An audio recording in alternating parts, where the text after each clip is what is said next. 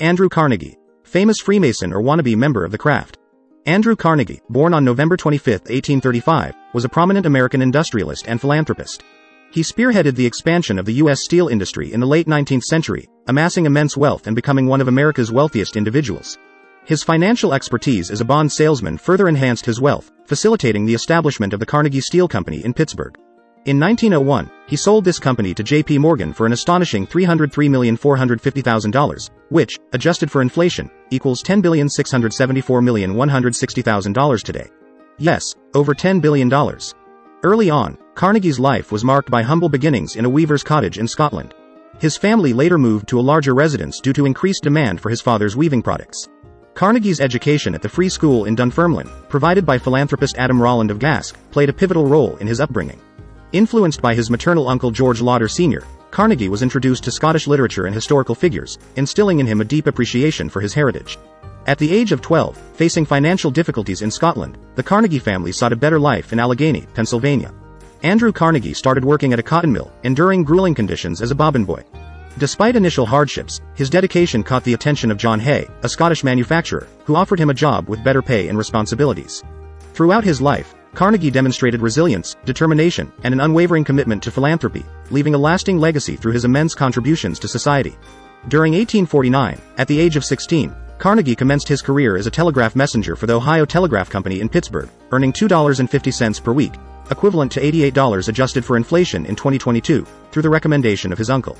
Diligently working, he meticulously memorized the locations of businesses in Pittsburgh and familiarized himself with prominent individuals, thereby establishing numerous connections.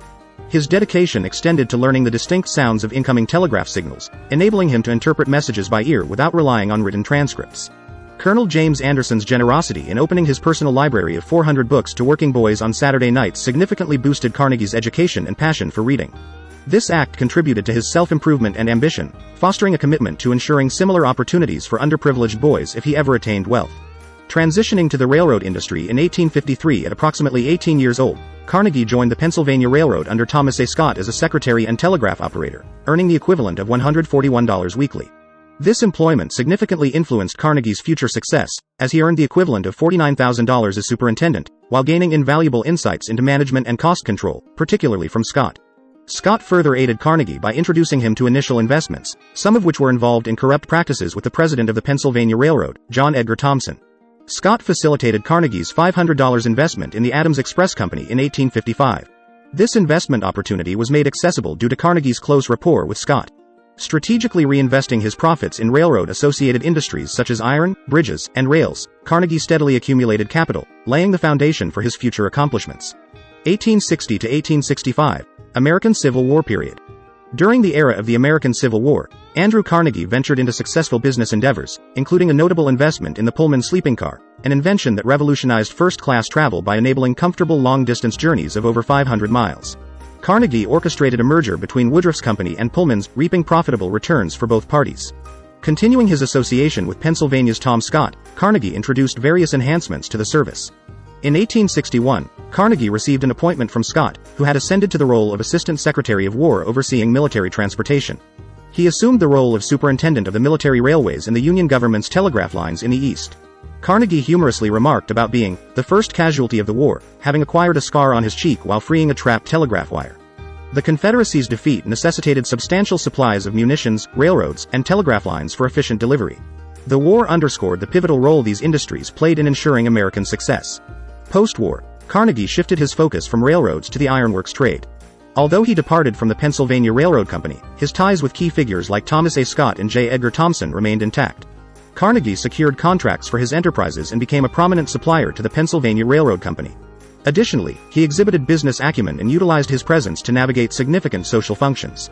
Carnegie expressed his intent to limit his personal income to $50,000 annually.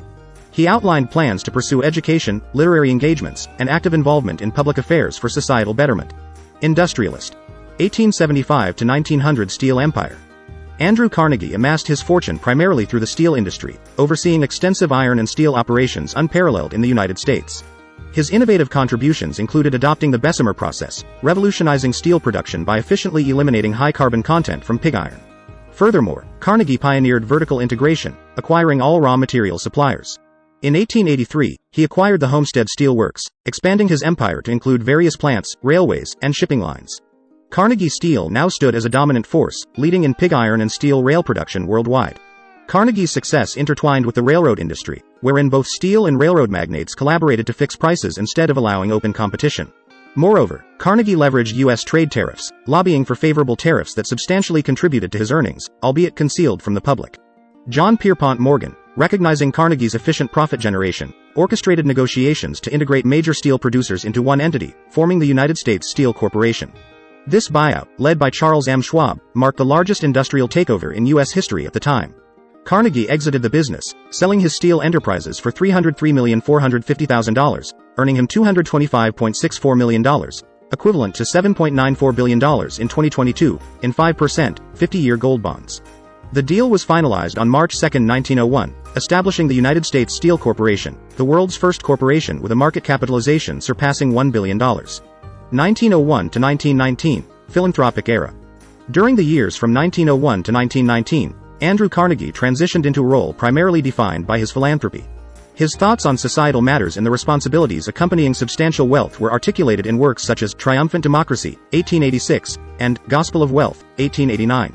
This marked a turning point where Carnegie dedicated the remainder of his life to providing financial support for causes related to public interest, social welfare, and education. He kept letters of gratitude from those he aided in a desk drawer labeled Gratitude and Sweet Words. Legacy and contributions. Apart from these endeavors, Carnegie's philanthropy extended to supporting pensions for former employees, aiding African American education at the Tuskegee Institute, establishing the Carnegie Hero Fund, contributing to international peace efforts by funding the Peace Palace in The Hague, and forming the Carnegie Corporation of New York in 1911 to continue his philanthropic legacy. Controversies. 1889. Johnstown Flood. The catastrophe of the Johnstown Flood in 1889, resulting in the loss of 2,209 lives, has been attributed to the actions of the South Fork Fishing and Hunting Club, in which Andrew Carnegie was a member among more than 50 others. The club, situated high above Johnstown, Pennsylvania, had been formed by Henry Clay Frick at the recommendation of Carnegie's friend Benjamin Ruff. Comprising leading business magnates from western Pennsylvania, including Andrew Mellon, Philander Knox, James Hay Reed, and Carnegie himself, the club had control over the South Fork Dam. Originally constructed by the Commonwealth of Pennsylvania as part of a canal system, the dam had been repurposed as a reservoir for the club's use. Neglected after the decline of canal transport, the dam fell into private hands, eventually belonging to the South Fork Fishing and Hunting Club by 1881. Over time, the dam faced inadequate repairs, alterations raising the lake level, and construction of club facilities, all culminating in the disaster. Despite prior concerns about the dam's safety, it ruptured on May 31, 1889, releasing millions of tons of water downstream and causing the catastrophic Johnstown flood.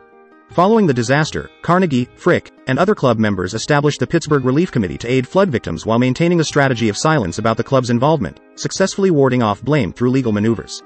Although the flood severely damaged Cambria Iron and Steel's facilities, they resumed operations within a year.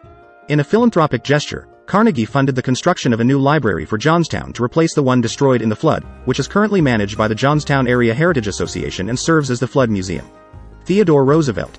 Following the United States war with Spain in 1898, Andrew Carnegie increasingly devoted his efforts to supporting pacifism and vehemently opposed American imperialistic actions, including the takeover of the Philippines. His frequent communication and meetings with President Theodore Roosevelt reflected their contrasting views. While Carnegie hoped for Roosevelt's intervention to liberate the Philippines, unaware of Roosevelt's imperialistic tendencies, their collaboration saw some shared initiatives, such as Roosevelt's mediation in international conflicts. However, Roosevelt's private letters revealed contempt for Carnegie's beliefs, particularly his criticism of war and his wealth accumulation, which Roosevelt perceived as hypocritical considering the suffering endured by steelworkers during Carnegie's fortune-building years. Andrew Carnegie passed away on August 11, 1919, at his Shadow Brook estate in Lenox, Massachusetts, leaving behind a legacy of immense philanthropic works. He was buried in Sleepy Hollow, New York, having given away a substantial portion of his wealth to various foundations, charities, and pensioners. Carnegie's life epitomizes the American dream. He became renowned not only for his financial accomplishments but also for his extensive philanthropic contributions, advocating for democracy and independence in colonized nations. His life stands as a testament to the power of using wealth for the betterment of society. So here is the question: was Andrew Carnegie a Freemason? Many scholars say, yes, but there is no proof. His philanthropic efforts and demeanor reflect the character of a man we would love in the ranks of Freemasonry. What say you? If you enjoyed this episode of the Old-Fashioned Masonic Podcast, let us know by giving us a like and subscribing to the channel. The Old-Fashioned Masonic Podcast, where real Freemasons talk Freemasonry.